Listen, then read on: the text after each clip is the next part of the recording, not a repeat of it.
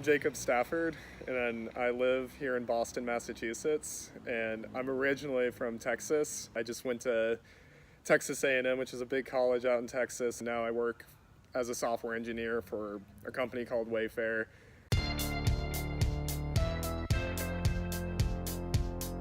What is my dream?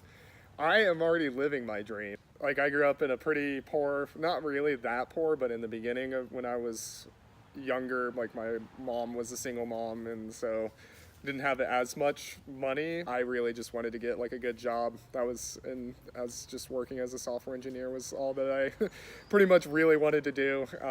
Past that, it's just kind of finding happiness.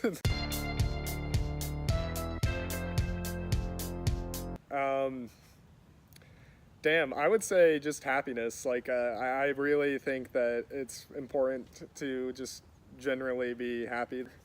Good food, good beer, good friends. The list can continue. Good music, you know, just enjoying life. I think just being a good person is okay. Like, just treat the people around you. That's really my biggest moral that I actually apply to. Yes, for, I would say 90% of people. Like, there are so many people that, you know, when I was younger, you know, I'm not that old now, 24, but when you're younger, a lot of people don't really value education as much. Even when I was younger, I wanted to be like a musician, you know, and just make music and live like a very impoverished life. Education is still like very valuable, in my opinion. It makes you more holistic as a human because you actually understand a lot of different subjects. If you really want to have like a steady career and like have like a nice work life, you have to get an education. Okay, let's see. So Aldous Huxley, Brave New World was really incredible. This less commonly known, Matt Ridley, he made a book called The Origin of Virtue. I would say I could stop here because that book like really changed my opinion on like politics, like the way humans interact. Why are humans benevolent to one another? Highly recommend it. It's very interesting.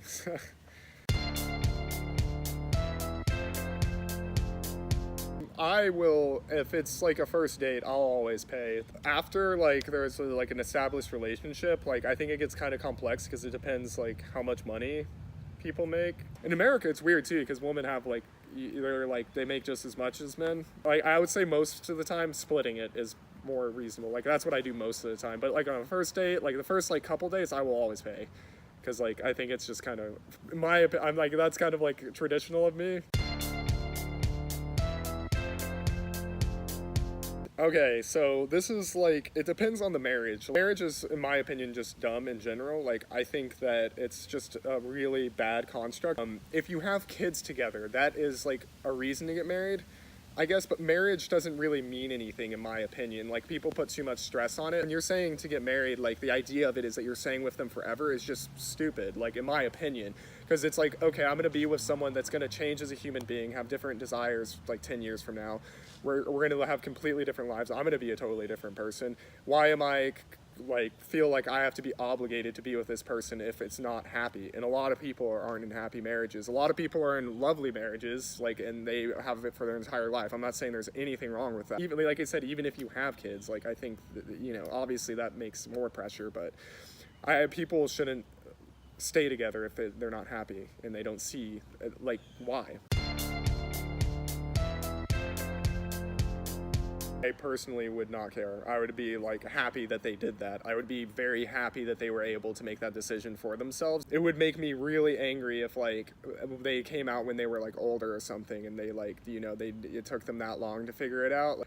In America, like I think between like 2010 to like 2015, it was like almost cool to be gay. Like when I was going to high school, like the gay dudes, like all the girls are always like, oh, he's like so awesome. They would always want to go hang out. Like I want to include that. Like there is some awful places to be gay in America. Like I wanted to include that because I think it's like important because it like makes it sound like everyone in America loves gay people. It's just, that's not true.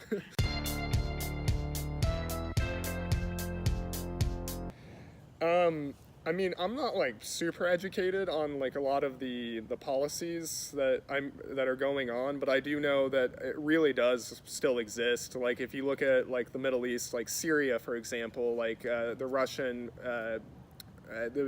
Assad, he was pretty much enabled to become in that position by like Russian arms dealing and, you know, whatever influence that they had. And America does the same though in other places. Like we try to counteract that like in those places as well. Like, and then you have like things like within the Ukraine that's like there's definitely like American influence there with like, and Russians as well. Like the sad part is because it affects the people that live there way worse than it does like the Russians and the Americans. Like it doesn't matter that much. Like we just like supply arms to the people to go kill each other, but we're both participating in that. Overall, I would say it's not the same Cold War, but we have like the aftermath. The aftermath of the Cold War is still in effect. Like we're still like have these like trying to affect regions that we were already in or like new ones. It's still like an extension of it where we're not directly fighting there, but we're trying to politically influence places, and it's up. Yes, but it's grossly exaggerated.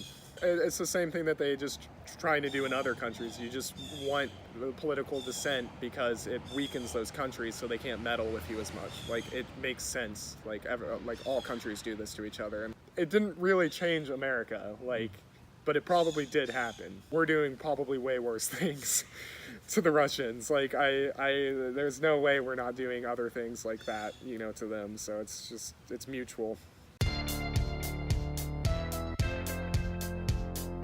I've never been to Russia, and I don't know enough about like their modern history. Russian people are awesome. Like every Russian that I've ever met, like in America or like traveling in Europe, was really cool. Like Russia as a country, like I mean they're like just as bad as the United States. We're kind of just like both like meddling with other countries. We're like doing all of this stuff to benefit our own countries at the cost of lives and others. It's like as a country, you know, like I'm talking not the people there, it's the governments. It's what those represent, I think, are not good systems. Recovering from such a like political fiasco that Stalin was, like, I mean, that's hard. Like, I mean, that was just like he was one of the worst human beings who's like existed for the people. Like Russia, he also did a lot of other really bad things, but he was horrible for the Russian people. And like, I think it takes time